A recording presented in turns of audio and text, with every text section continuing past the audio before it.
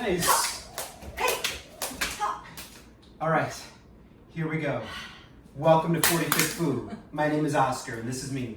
We are here every Tuesday to give you fitness tips and advice to help you stay healthy and happy and able to do all of the things you want, like Kung Fu, Tai Chi, or exercise, well into your 40s and beyond. And we are 40 and beyond. And today, talking about Jumping. All right, let's talk about, let's just jump right into ground impact forces, okay? Here's the thing. When you are just walking, every step that you take, your body is absorbing 1 to 1.5 times your body weight each step. When you start jogging, it comes up to 2 to 3 times your body weight each step. When you run faster, maybe 5 times or more. When you're jumping and doing Olympic type of movements, you can get to 10 to 15 times or even more. Simone Biles could probably absorb like 30 times her body weight, for example, right? So that the more explosive the landing, the more your body has to be able to absorb all of that force that's going into it. Yeah, like if you're gonna do a move in the air Right. before landing, that's very complicated. Very complicated. So keep that in mind if you are a Kung Fu practitioner and you want to do some kind of jumping type of motion. If you're struggling with very light jogging, you probably should never leave the ground to jump.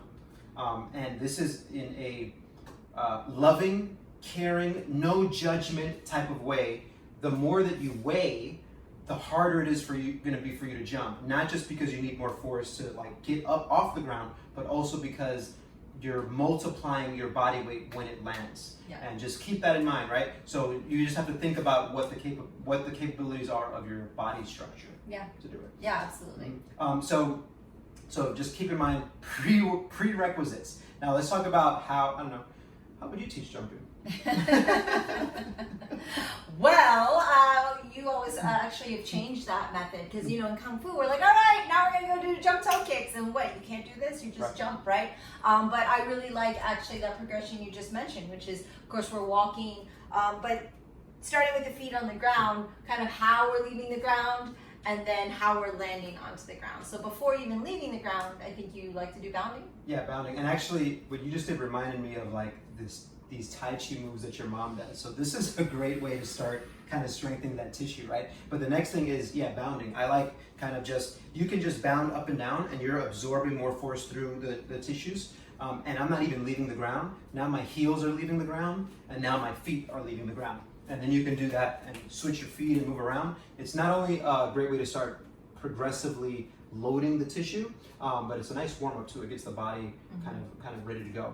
The next thing that I like to do is then that's the first step. And then if someone is really lacking in strength, we do want to build some strength. Your basic Kung Fu and Tai Chi classes are going to build leg strength. You can supplement that with things like deadlifts and kettlebell swings and squats and all types of things to help improve your strength. So that's the next step. And then when it's time to actually start jumping, my personal preference, which is not always possible in a Kung Fu class, it's not convenient, is to jump onto a box. And the box is no more than 12 A very or 15. well supported box. Very good. A box that was meant to be jumped on, basically, yeah.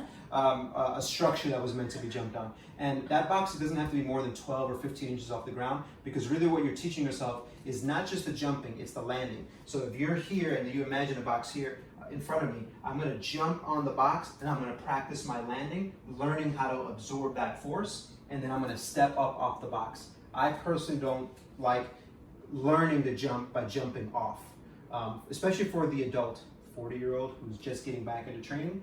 If it's a child, I mean, you see kids like climbing and jumping, and that's all good. But for the adult, I would recommend learning that progression of bounding, building strength, jumping up onto something, stepping down. Right, and I'd like you to kind of expand a little bit more on the actual landing, because a lot of our Kung Fu students who want to do like jump toe kick, jump crescent kick, butterfly kick, and do all these things and connect them, I found that they can go up, but when it's time to land, that ability to land safely and correctly so that they can connect the moves is kind of what's lacking. So a lot of times we see even young students are able to do all these athletic moves, but then they hurt themselves because they're not really doing it correctly.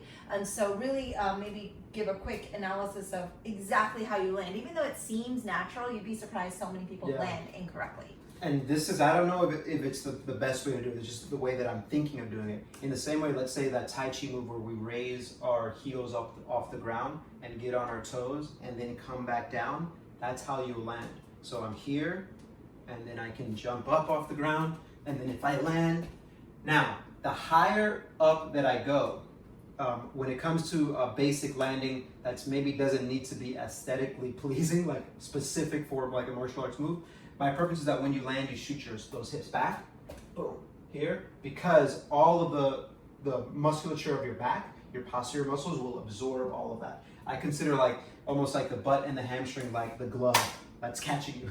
So that's one way to think about it. But when it comes to the more athletic stuff, or the more kung fu type of things, like jump toe kicks, the prerequisite is being able to absorb force here. And something like bounding, if you have the skill and the time to jump rope, also is a great thing as well. Yeah. I mean, for sure, my vertical jump being about half an inch off the ground is not really my strength, but I don't practice bounding as much as I should, right? So if it's really something you want to do and be able to add a skill to, then you definitely want to do the basics and kind of love the basics with that. And you'll be able to then do all the fancy cool stuff. But safely is the key. And so, for us, our training, we've been doing this a really long time, and that's enabled us to kind of keep up with it even in our 40s. Right. We can still jump, maybe not as great and maybe not as often and not as consistent, but we can still do it. The last thing I'll say about jumping potential is that there's a lot of genetics that come into it. So there's students that you have that come to mind that are just naturally that boundy type of person, and they didn't really have to work hard to learn how to jump. And that's genetics, folks. Tall people, you got what you got. People can squat. So just think about that. There's a genetic potential, but for what you can still get to your highest genetic potential with practice and work. So you can be jumping well into your 40s and above. It's just you have to do the prerequisites and work really hard. That's it. Easy, work simple. Really hard. All right, so we are here every Tuesday to give you fitness and tips and advice, and our 100th episode is coming up. So give us some ideas of what you'd like us to talk about on that very special milestone. Let us know. Thank you guys for being our very faithful audience.